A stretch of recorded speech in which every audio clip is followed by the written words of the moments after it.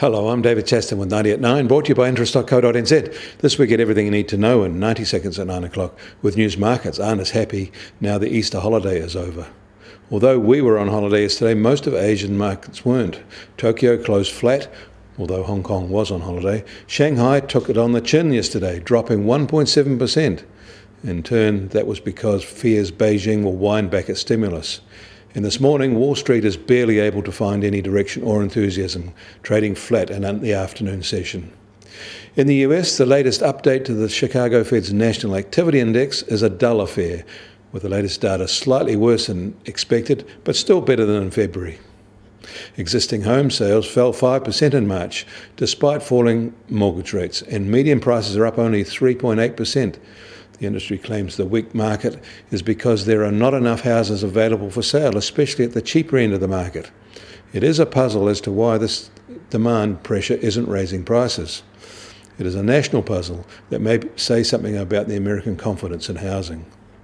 New American housing start data wasn't so good for March either, down in a concerning 15% from the same month a year ago. And the early look at April business activity in the US shows its growth is slowing sharply. In fact, it is now at a 31-month low, driven by that giant services sector. Output, new orders and hiring all show sharp pullbacks.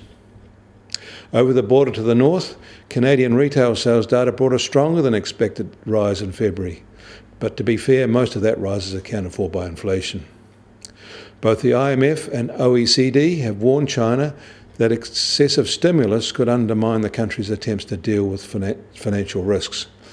But after better than expected growth in the first quarter, expectations are raised that Beijing will now go ahead with important structural reforms, and it is resilient enough to put up with the short-term adjustment costs.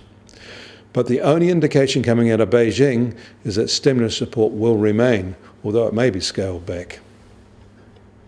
Globally, ship orders have fallen to their lowest level in 15 years, although those for LNG gas tankers are a bright spot.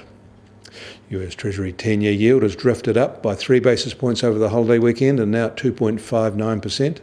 Gold is marginally softer at $1,274 an ounce. And US oil prices are a lot firmer today, now at just over $65.50 a barrel, while the Brent benchmark is just over $74 a barrel.